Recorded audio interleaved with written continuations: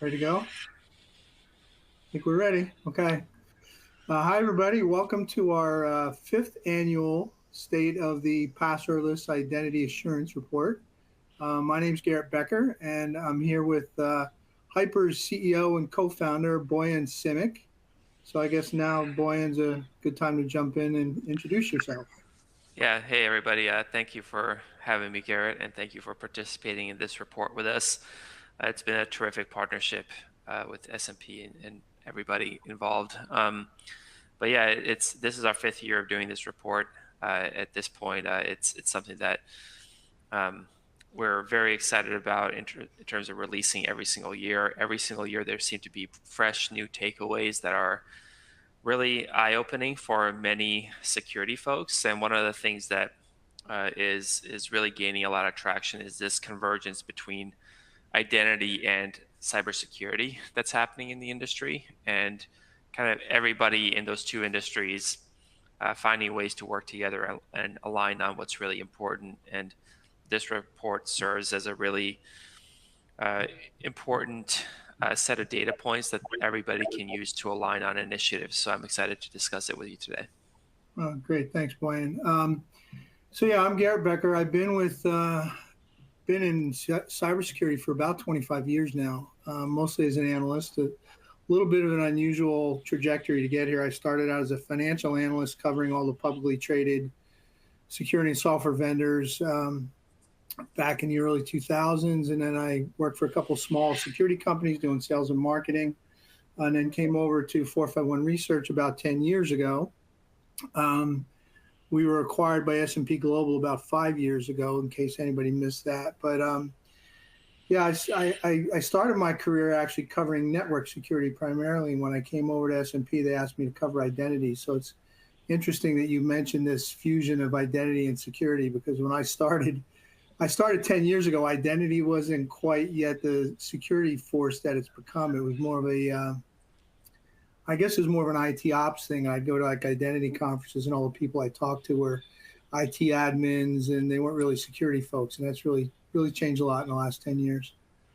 That's exactly it. I mean, we continue to see, northwards of 80% of cybersecurity breaches being directly attributed to identity-based threats and vulnerabilities. And so I think what's happening naturally is the security office at a lot of these enterprises is taking more and more responsibility around the identity piece because of the critical nature that identity presents, especially in the world where many people are working remotely, and the four walls of the office no longer apply to how organizations work and function.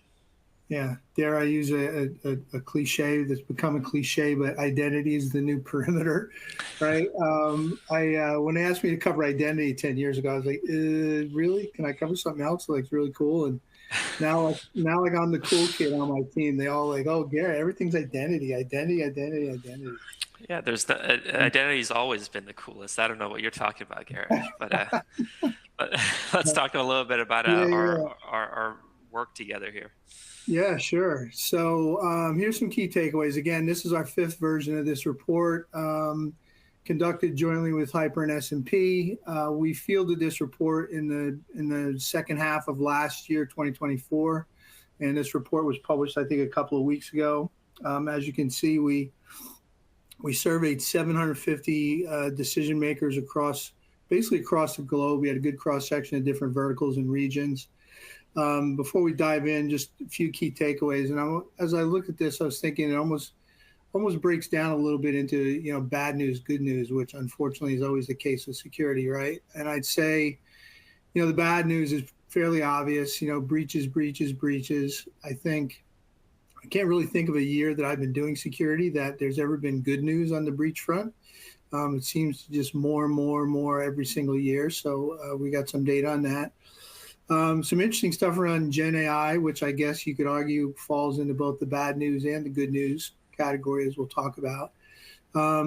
Really on the good news side, we saw some really encouraging stuff around authentication, and particularly around the adoption of passwordless or passkeys and whatnot, and also some interesting positive signs around adoption of identity verification. So we'll get to talk about that. And I guess another one on the confusion side is we still a lot of confusion about what's actually meant by passwordless or passkeys, and it's probably part of our own fault as an industry. But certainly we'll try to clear a little bit of that up as we go along. So Yeah, I think there's one of the eye-opening things for me about this report, which we'll discuss more later, is just how much of a understanding gap there is between identity people and security people when it comes to what's secure and what's considered phishing resistant, what isn't.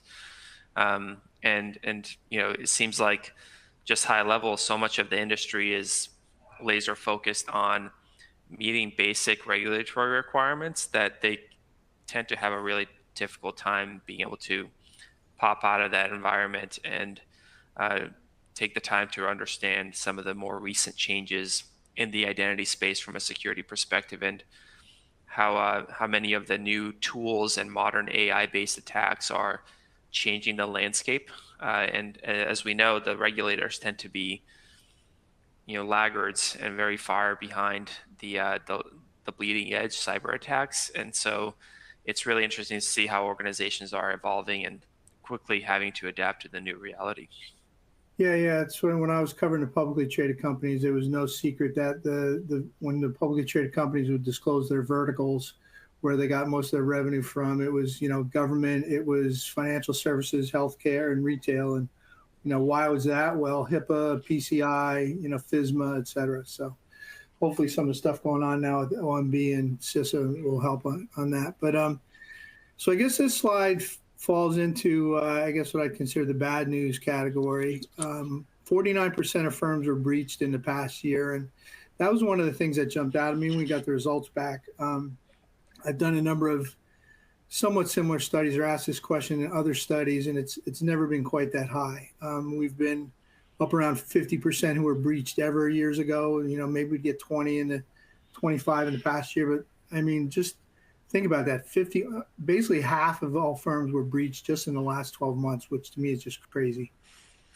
Yeah, I was seeing that most of these are a result of kind of few primary methods, right? Stolen credentials, phishing attacks, and ultimately misuse of credentials, right? People writing them down or sharing them with people they're not supposed to share them with. And that tends to be the vast majority of the ways that hackers get into environments. And the old cliche is true, hackers don't tend to break in, they tend to log in. And that's more true today than it ever has been before. And the cost associated with each of these incidents is significant. And many organizations who have one attack where they're breached tend to have multiple per year. And this is something that we really want to keep a very close eye on, because as many of the cyber attacks become, from an identity perspective, become highly automated, it's going to increase. I think I saw a similar report from CrowdStrike released a few weeks ago that said phishing attacks have gone up 400% in the second half of 2024, which is a staggering statistic, and it really speaks to the numbers that we're seeing from our own research. Yeah, no, we talked about that, and that just kind of blew me away. We also talked a little bit at one point about how phishing attack used to have spear phishing attacks, and it's almost become the point where every phishing attack is a spear phishing attack because they're so targeted. The other thing I was going to mention too, though, is that one of the things we brought out in the report is 87% of these attacks are identity related. That wasn't a huge surprise. I think the way we defined it was 50-some% it was definitely an identity attack, and another 30-some% was most likely. So if you add them up, you get 87%, which is about in line with what I've seen. But what I thought was kind of interesting too, and we talked about this, is how it's not just identity assets. You're familiar with credentials being stolen and passwords being stolen, privileged accounts being stolen. But now we're starting to see processes being compromised, right? When a initial onboarding of an employee or during a credential reset, that's something that really jumped out at me. Yeah, that really plays into the social engineering aspect of how adversaries behave and how they target organizations. And I think this is a good point to kind of jump into some of the generative AI related aspects with these incidents, which is I was talking to a head of security for a large Japanese bank, and he shared an anecdote with me where he said, um, their organization or their IT help desk never really had to worry about social engineering attacks because hackers will usually speak Japanese or Chinese or Russian or English, but they'll very rarely speak Japanese. And now with generative AI and some of the deepfake technologies, you can in real time speak Japanese on a phone call, even if it's not your native tongue. And so these social engineering attacks that are enabled by AI tools are very eye opening for many organizations, which is terrifying in many ways. But I think it's also a pretty big opportunity for us on the defensive side to leverage these capabilities to stop hackers faster. Yeah. I mean, that's a huge number to me.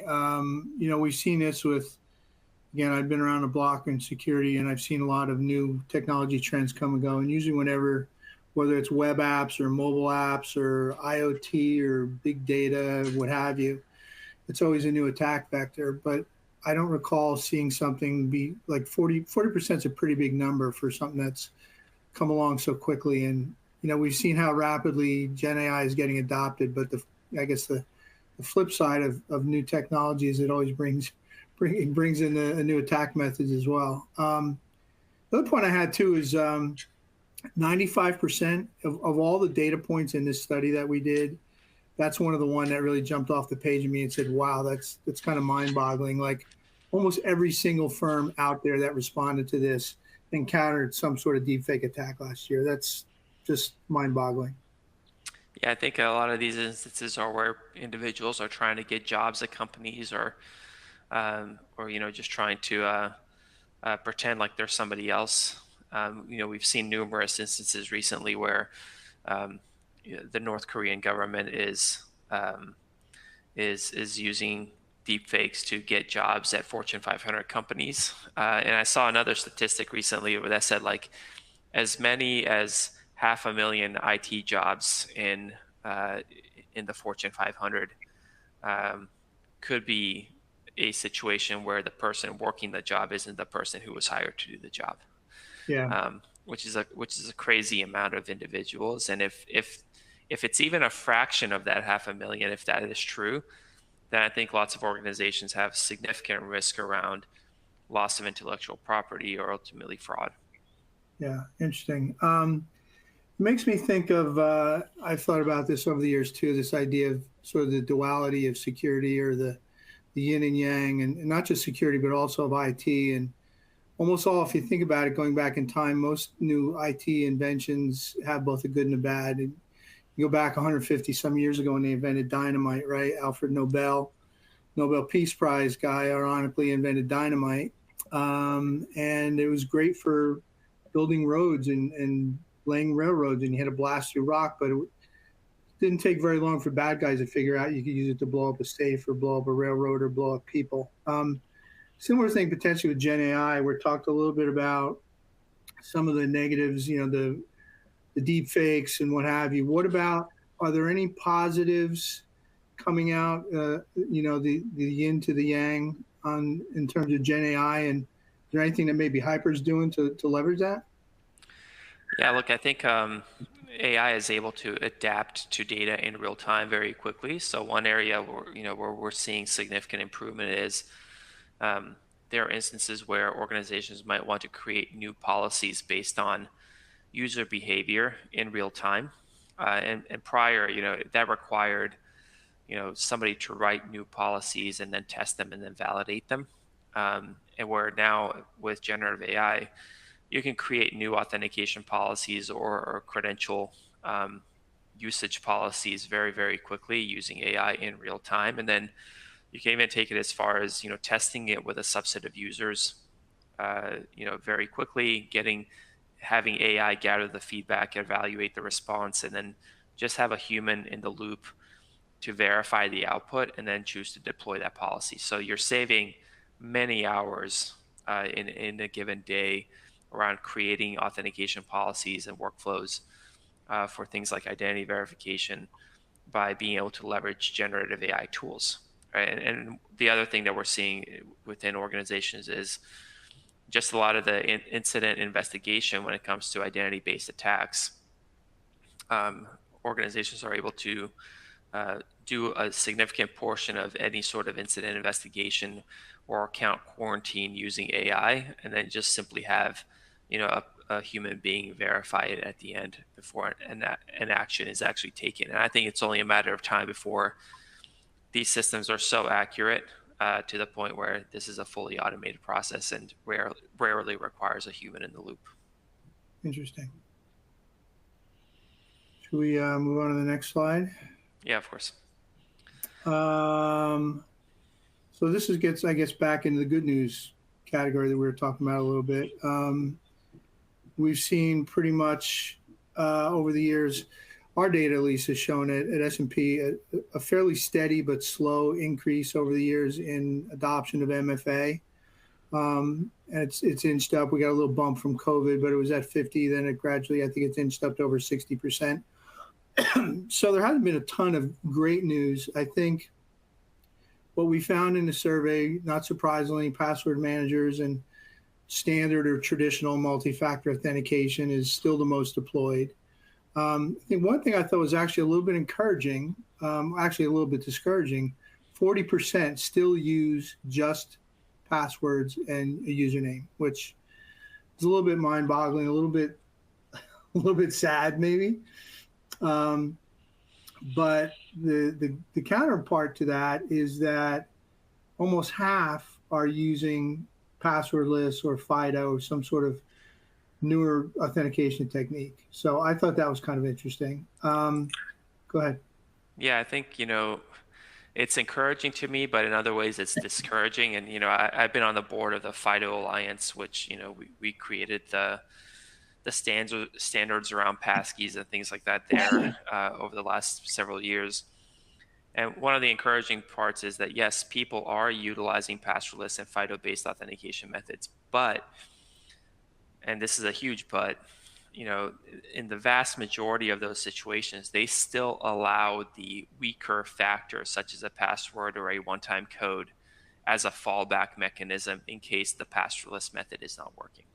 Right? Yes. Very few organizations actually mandate the usage of a phishing-resistant or passwordless authentication method, which is, a little bit disappointing, but still good news that people are generally moving in this direction. And we've seen this here at HYPR, when companies start deploying passwordless, there's always some period of time where they still have the old way available and the new method available to users. And then as they get adoption, they start, turning the dial in terms of deprecating the old, less secure ways of authenticating users.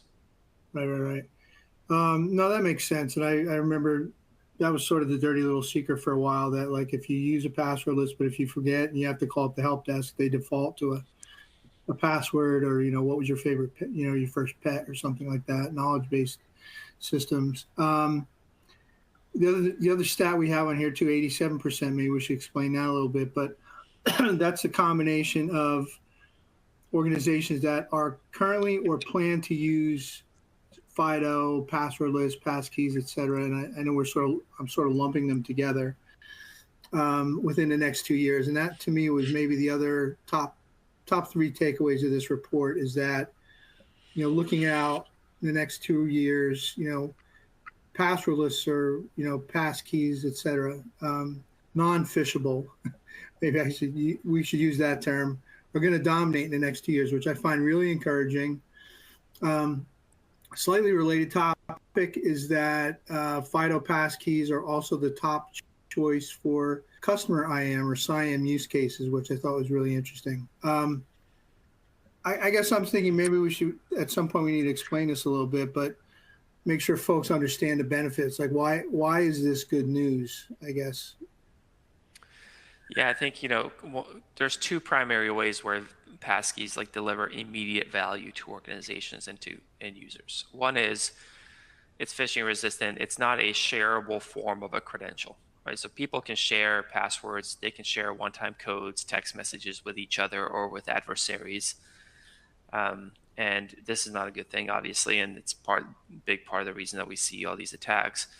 But two is many of us, within our applications, whether they're mobile or on the web, we're using biometrics like Touch ID or Face ID to um, access these applications. And most of the time, there is a password underlying that biometric that's being done on our device. And what passkeys do is they're actually able to eliminate that password entirely. And one of the really nice things about it is that your passkeys are synchronized across your devices, or can be automatically synchronized across your devices. So even when you get a new phone, you don't have to type in a password. And so many organizations have significant costs associated to password resets, specifically when the new iPhone or the new flagship Android device comes out. Millions of people go out to the store to buy these devices, and then they download the apps on their new phone, and they're like, "Oh man, what was my password? I haven't used this since I got a phone last year or 18 months ago." And then they oftentimes end up calling the IT service desk, which then the business incurs a cost from that perspective. So passkeys are becoming the quickly preferred choice because it eliminates an entire set of attack vectors, and it also provides a significant cost savings on top of being a great user experience. Yeah, that makes sense. I mean, a couple things jumped out when you're saying that. I've the way I sort of simplify this, and I think of FIDO passkeys and passwordless and phishing-resistant MFA. All these terms collectively mean there's no shared secret that can be stolen, right?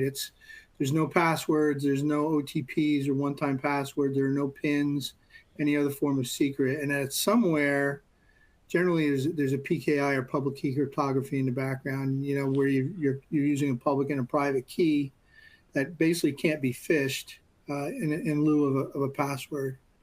Is that kind of a fair way to think about it? That's exactly it. Yeah, it can't be shared accidentally or on purpose, even if somebody wanted to. And Right. that's ultimately protecting people from themselves most of the time, which is 95% of what we do in the identity space. Yeah. And I guess I should have said this maybe earlier, but I like to think of those terms as interchangeable. Sometimes when I'm writing, I don't know whether to call it a passkey or phishing-resistant MFA or passwordless, but to some extent they're different, but yet they're fairly similar. The other thing is I was going to bring up is there's historically been this trade-off, right? In MFA or in authentication, generally the more secure it is, the more difficult or complex it is, and usually you had to make a choice on that trade-off of, if you want more security, you have to put up with more hassle, or if you want more usability, it's generally less secure. And one of the things I like about passkeys and passwordless, to a large extent, they eliminate that trade-off. Would you agree with that? I definitely would, and I think that fundamental fact is something that lots of people still struggle to understand fully, because sometimes you don't understand something until you've used it yourself. And the good news is many of the modern applications in terms of financial services or whatever else are starting to now leverage passkeys. So we're hoping that will drive a much more understanding and kind of help the general industry with some of the misunderstandings like around MFA and phishing resistance, which kind of leads us to our next point here.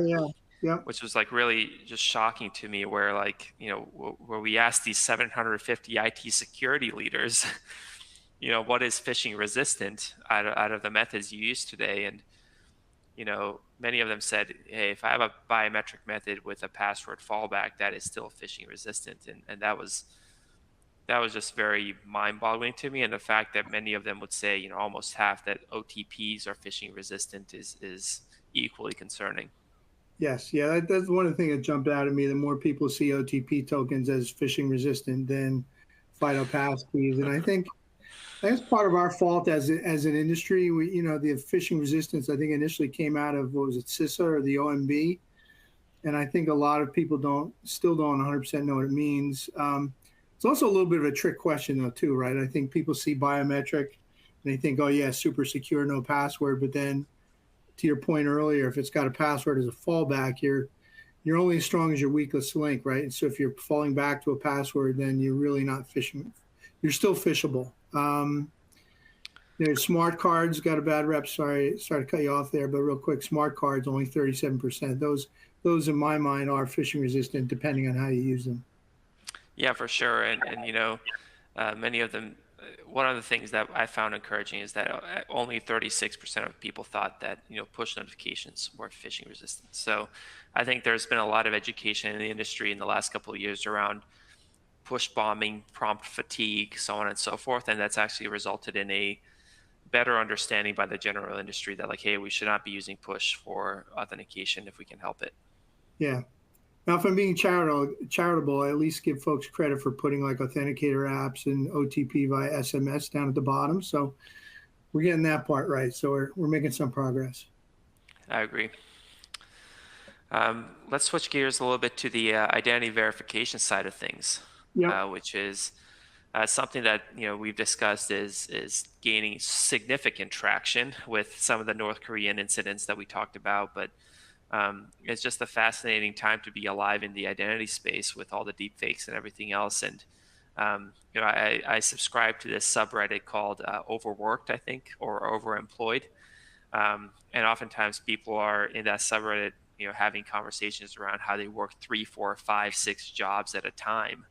And they're basically bypassing identity verification checks and doing outsourcing their jobs to people in other countries for pennies on the dollar, and still being able to do that successfully.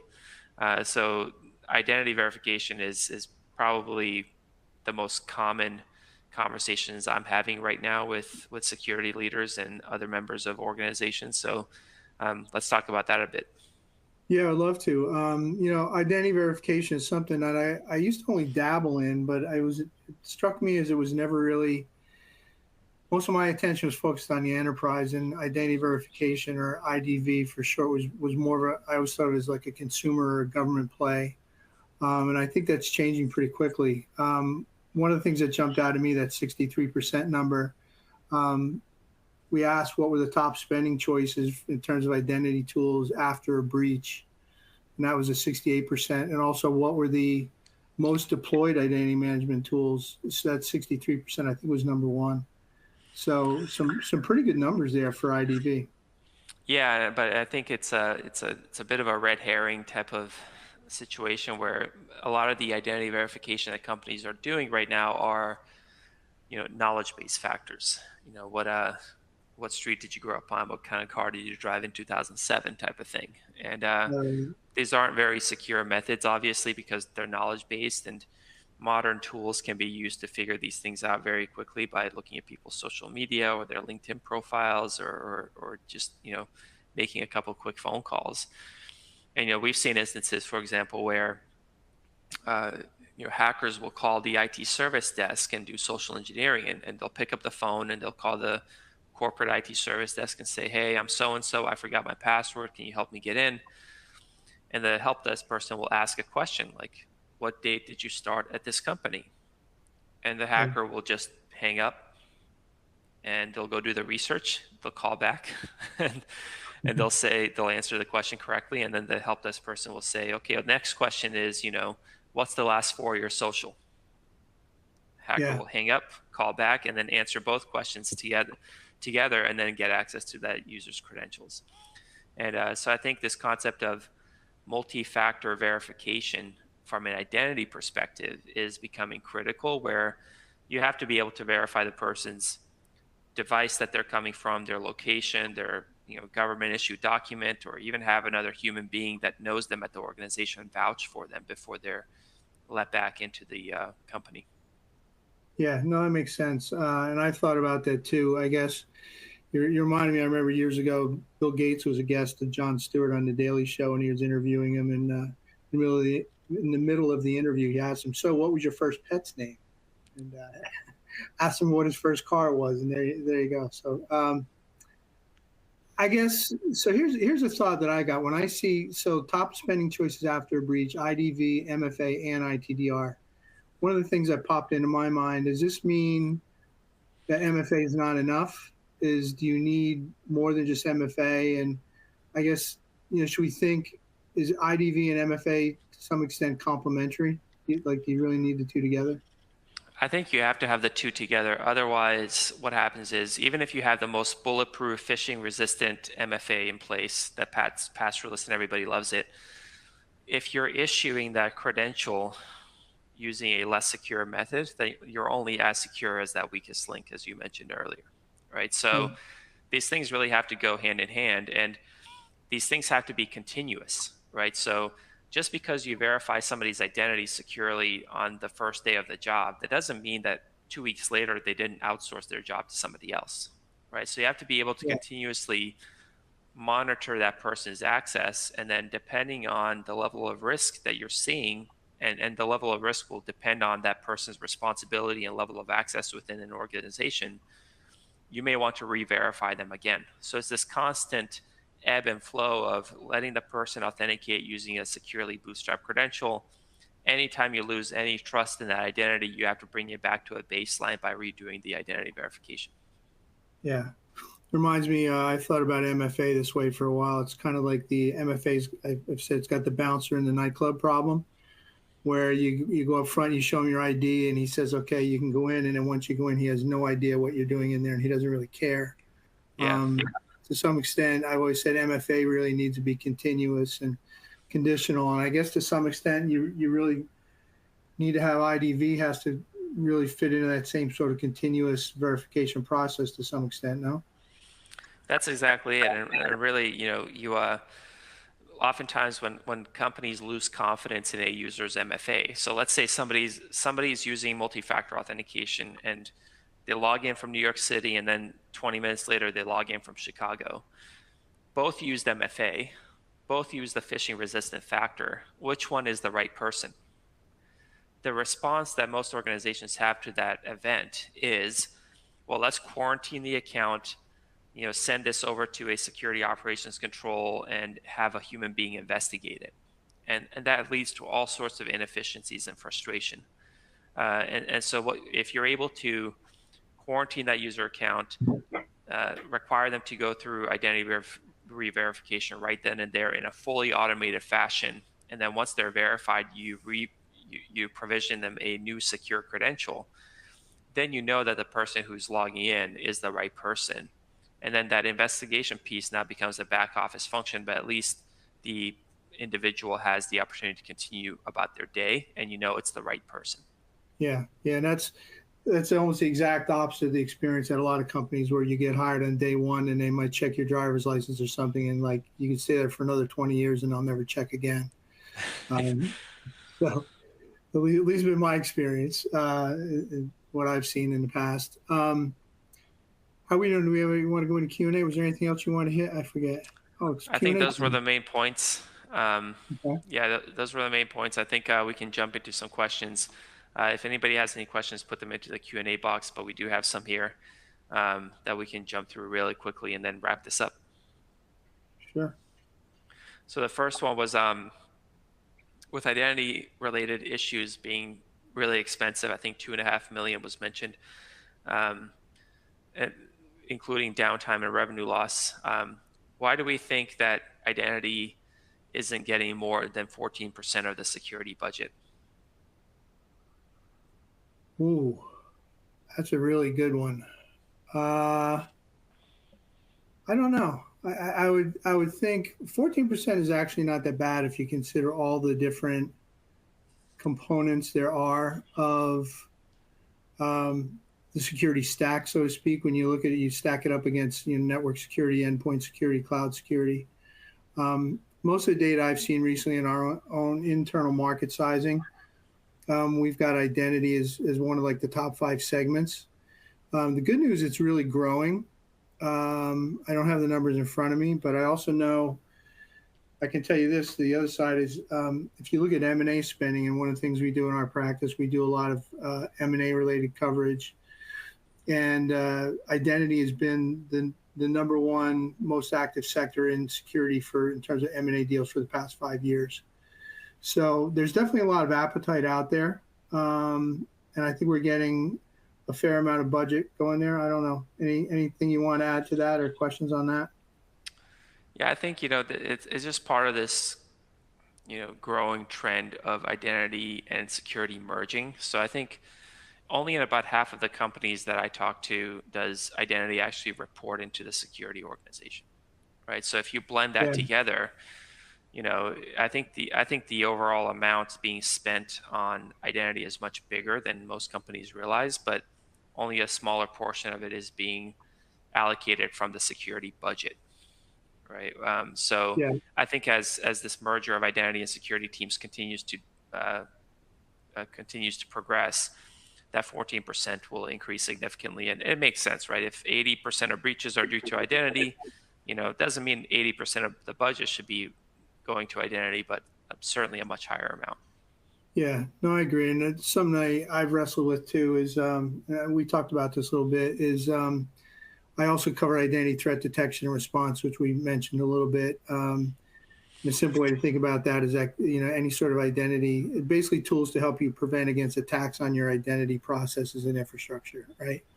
Um, One of the issues I've had is who owns budget and who controls the purchasing decisions. Kind of to your point, is it you can make an argument on one hand, and some firms have it as an extension of your SOC teams, and they lump it in there with EDR, NDR, and XDR. Endpoint detection and response, and network detection and response, etc. Other firms, it's part of the IAM team. Some it's even can be depending on what resources you're dealing with. It could be part of a cloud team or part of a SaaS team. So I think that's part of the issue as well. Yeah, I agree. Second question here was since half of companies still rely on OTP based authentication, why do you think they don't realize that it meets the standards for phishing resistance?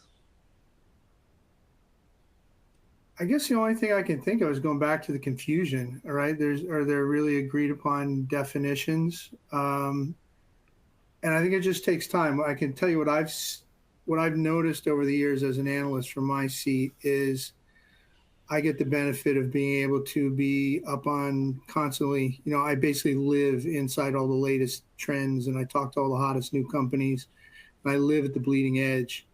When I talk to practitioners at enterprises, they're way behind, and I feel bad for them because they don't have the luxury of necessarily always keeping up with all the latest trends and vendors. They're just putting out fires on a day-to-day basis. So I think that's part of it. I think just there's a natural and inherent lag in understanding in the industry. I don't know. You have anything to add to Yeah, that? it's the chicken or egg scenario, right? Hey, I'm putting out all these fires because I have this insecure way of authenticating users. So therefore, I don't have time to learn and implement the new thing that could actually prevent the majority of my fires. So it's like, which one do you Oh, yeah. do? And ultimately, unfortunately, it's not until there's a regulator breathing down your neck as a practitioner that you have to make a decision and Yeah. prioritize the new way of doing things. And that's usually after years of frustration and neglect of existing systems.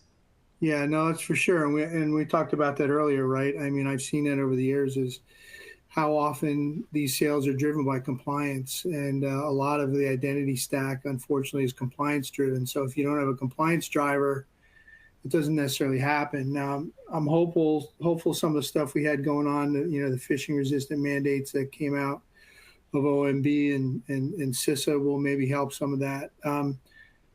It's also breach related, right? That's been my past experience. I can remember working at a security reseller years ago, 15 years ago or so, and you'd be bugging somebody, chasing an account for a year, trying to get them to buy something, and they wouldn't. And then all of a sudden, you'd come in one day, and how soon can you get me, 50 firewalls because we got breached over the weekend, right? So Yeah, I mean that happens to us all the time where somebody will reach out and say, "Oh, our CIO just got phished, and now we have to implement something immediately."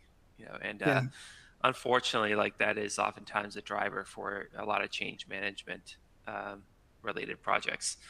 But yeah, one of the things that I think there was a third question that asked about, like, hey, lots of companies, I think 60+% have adopted identity verification tools, but 75% of them still oftentimes rely on in-person visits and document checks. Do you think that this is feasible, and are we mistaking legacy friction for modern security? uh, I'll take a stab at that. I think, yeah, to some extent, yes. And I think, part of the problem is, oh, I think I just lost my train of thought there. I think we need to move to more, modern things like you said around, deep fakes and what have you. Because certainly it's a friction, but I know there it goes. Work from home. I knew there was something in there. I spent a couple of years researching work from home, but that's a big one. Obviously, I work from home. In-person office visits and document checks aren't really going to necessarily work very well, and giving remote work and work from home is a big part of it. So I know that's one for sure. Go Yeah, ahead. and also if you want identity to be a continuous process, right? Then like if you notice that somebody's identity is behaving abnormally, you're suspecting that they might be outsourcing their job to someone or something like that. It's not like you're going to ask them to get on a plane and fly to an office, right? Like you want to be able to verify them point in time the moment you suspect something, because chances are that's how you'll catch it. And so the whole concept of relying on in-person friction to prove somebody is just absolutely ridiculous. It's the pre-COVID way of doing things. And one thing that we've learned is that I think half of knowledge-based type of jobs are now just permanently remote for a very good reason. Yeah. And so that's not going to change anytime soon or ever, most likely, given we're more and more digital every single day. So I think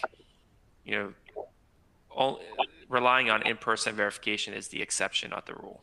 Yeah. Well, there's another aspect to that too, and it goes back to the conversation we were having before about the bouncer in the nightclub and continuous verification. As I said, at least theoretically, I'm a big supporter of continuous authentication and verification in principle.